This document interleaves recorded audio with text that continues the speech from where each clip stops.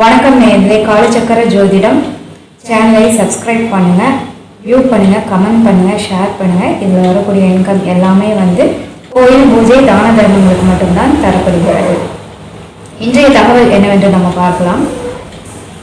இப்போது தோஷம்னா என்ன அப்படின்னு நம்ம விளக்கம் சொல்ல முடியுமா? தோஷம்னாலோ அல்லது கர்மா இதுக்கு நம்மளால் விளக்கம் சொல்ல முடியுமா ஒரே வழியில் அப்படிங்கிறதெல்லாம் முடியாது. அதே சமயத்தில் இதை ஒரு நாள் முழுக்க இதுக்கு விளக்கம் சொன்னாலும் தோஷத்தை நம்ம விளக்கவே முடியாது. அதே சமயத்தில் ஒரு வருஷம் 365 நாளும் இதோட விளக்கம் நம்ம சொல்ல முடியும்னா விளக்கம் சொல்லவே முடியாது.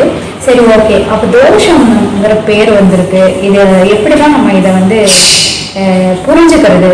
தோஷம்னா என்ன, கர்மானா என்ன அப்படிங்கிற ஒரு விஷயம் எப்படிதான் ஏதோ ஒரு வகையாவது கொஞ்சமாவது புரிஞ்சுக்கோணும் இல்லை அப்படின்ற ஒரு விஷயம் இருக்குது நம்மளுக்கு யாருக்குமே.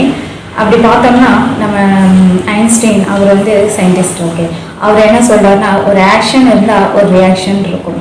அப்போது நீங்கள் ஒரு இந்த இயற்கைக்கு ஒரு ஆக்ஷன் பண்ணுறீங்க, அந்த இயற்கை உங்களுக்கு ஒரு ரியாக்ஷன் கொடுக்கும்.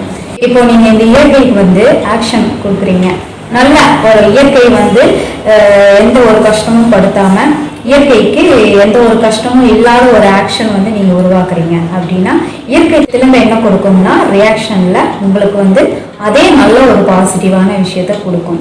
அப்போது நீங்கள் இயற்கையோட இயற்கையோட நீங்கள் கஷ்டத்தை நீங்கள் அதுக்கு கொடுக்குறீங்க அப்படின்னா, நெகட்டிவான விஷயத்த நீங்கள் கொடுக்குறீங்க அப்படின்னா இயற்கை உங்களுக்கு நெகட்டிவான விஷயத்த கொடுக்கும். ஒரு தனி நபராக இருந்து நீங்கள் இந்த இயற்கையே பகைச்சிக்கிறதும் சாதகமாக ஆக்கிக்கிறதும் உங்கள் கையில் தான் இருக்குது. அப்போ இந்த இயற்கையை நீங்கள் எப்படி கையாளணும் அப்படின்றது, இந்த இயற்கையிலே இருந்து இயற்கையிலே வாழணும். சரிங்களா? இயற்கையோடு அப்போ இந்த இயற்கைக்கு நீங்கள் என்ன கொடுக்கணும்? பாசிட்டிவான விஷயத்தை கொடுத்தீங்கன்னா உங்களுக்கு பாசிட்டிவான விஷயங்களே நடக்கும். பாசிட்டிவ்க்கு நெகட்டிவ்க்கு என்ன வித்தியாசம் அப்படின்னா, பாசிட்டிவாக நமக்கு நடக்குது அப்படின்னா நம்ம மனசு எப்போவுமே புண்படாதுங்க எந்த ஒரு விஷயத்துலையுமே. ஏன்னா இயற்கை எந்த நேரத்துலையும் நம்ம மனசு புண்படுத்தாமல் நம்மளை வாழ வைக்கும். நீங்கள் பாசிட்டிவாக பண்ணுறீங்க இயற்கைக்கு அப்படின்னா. இதுவே நெகட்டிவ் நீங்கள் இயற்கைக்கு பண்ணுறீங்கன்னா அதே ரிஃப்ளெக்டாக இயற்கை உங்களுக்கு நெகட்டிவான விஷயத்தை தான் கொடுக்கும். நீங்கள் இயற்கையை புண்படுத்திட்டீங்க அப்படின்னா உங்கள் மனதையும் புண்படுத்தும். இவ்வளோ பெரிய பிரபஞ்சம் இந்த இயற்கையை நீங்கள் சாதகமாக்கிக்கிறதும் சாதகமாக்கிக்காததும் உங்கள் கையில் தான். இது ஒரு ஜென்ம வாழ்க்கையிலேயே எல்லாமே நடந்து முடிஞ்சிறது கிடையாது. இயற்கையோட நம்ம விளையாடவே முடியாது. இந்த ஜென்மத்தில் நீங்கள் பாசிட்டிவ் அல்ல நெகட்டிவ் பண்ணுறீங்க அப்படின்னா அதோட பலாபலன் எல்லாமே அடுத்த ஜென்மத்தில் கண்டிப்பாக உங்களுக்கு அடுத்த ஜென்மத்தை உங்களுக்கு உருவாக்கி கொடுத்து அதில் உங்களை அது ரியாக்ட் பண்ணிடும். நீங்கள் இந்த ஜென்மத்தில் ஒரு ஆக்ஷன் பண்ணிட்டீங்கன்னா நீங்கள் அடுத்த ஜென்மத்தில் அதுக்கு ஒரு ரியாக்ஷன் வந்துடும் உங்களுக்கு. அப்போ இந்த ஜென்மத்தில் நீங்கள் நல்லதே பண்ணிட்டீங்கன்னா அடுத்த ஜென்மத்தில் ஒரு புண்ணிய கணக்கோடு நீங்கள் நல்ல வாழ்க்கையெல்லாம் வாழலாம். இல்லை ஷார்ட் டைம் இது நம்ம தோஷத்தை ஒரு சின்ன விஷயமா கூட நம்ம எடுத்துக்கலாம். சின்ன விஷயமா ஷார்ட்டாக சொல்லணும்னா ஒரு கொஞ்ச நேரம் விஷயம், ஒரு நாள் 2 நாளுக்குள்ள இருக்கிற விஷயம்னா நல்ல ஒரு ஆகாரம் சாப்பிட்றது, நல்ல ஒரு சாப்பாடு சாப்பிட்றீங்க அப்படின்னா நீங்கள் அது உங்களுக்கு வயிற்று கெடுதல் இல்லை, இயற்கையோட இயற்கையாக. அப்போது நல்ல ஒரு எனர்ஜி கிடைக்குது, புத்துணர்ச்சியோடு ஒரு நாள் அடுத்த நாள் அந்த நாள் ஃபுல்லாக இருக்கீங்க.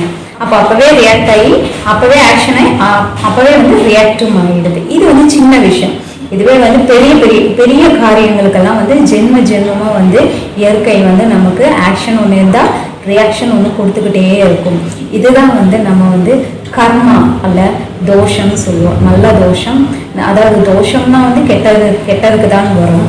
தோஷம்னாலே கெட்டது தான். கர்மாவை வேணால் நம்ம பாசிட்டிவ் அண்டு நெகட்டிவ் 2 வகையாக சொல்லலாம். தோஷம்னாலே அது கெட்டது தான் அப்படின்னு நம்ம சொல்லலாம். எப்படி பார்த்தாலும் கர்மாவில் பாதி நெகட்டிவ் இருக்கங்காட்டி நெகட்டிவ் பற்றி நம்ம சொல்லலாம். அப்போ தோஷத்தையும் நம்ம அதை எடுத்துக்கிறோம். அது மொத்தம் பாசிட்டிவ் அண்டு நெகட்டிவ் கர்மா அதையும் நம்ம எடுத்துக்கலாம். அப்போ தோஷம்னா நெகட்டிவ் உண்டான விஷயமும் இதுக்குள்ளே வந்துடுது. அப்போது தோஷம் அப்படிங்கிறது முடிஞ்ச வரைக்கும் இந்த வீடியோவில் கொஞ்சமாவது புரிஞ்சிருக்கும் அப்படின்ட்டு நான் உங்களுக்கு சொல்லியிருக்கேன். ஏதாச்சும் உங்களுக்கு டவுட்ஸ் இருந்தால் நீங்கள் கமெண்ட் பண்ணுங்கள். அதில் இன்னும் மேற்கொண்டு தோஷத்தை பற்றி நான் சொல்கிறேன். நம்ம சேனல் மறக்காமல் சப்ஸ்கிரைப் பண்ணுங்கள். நன்றி நேயர்களே.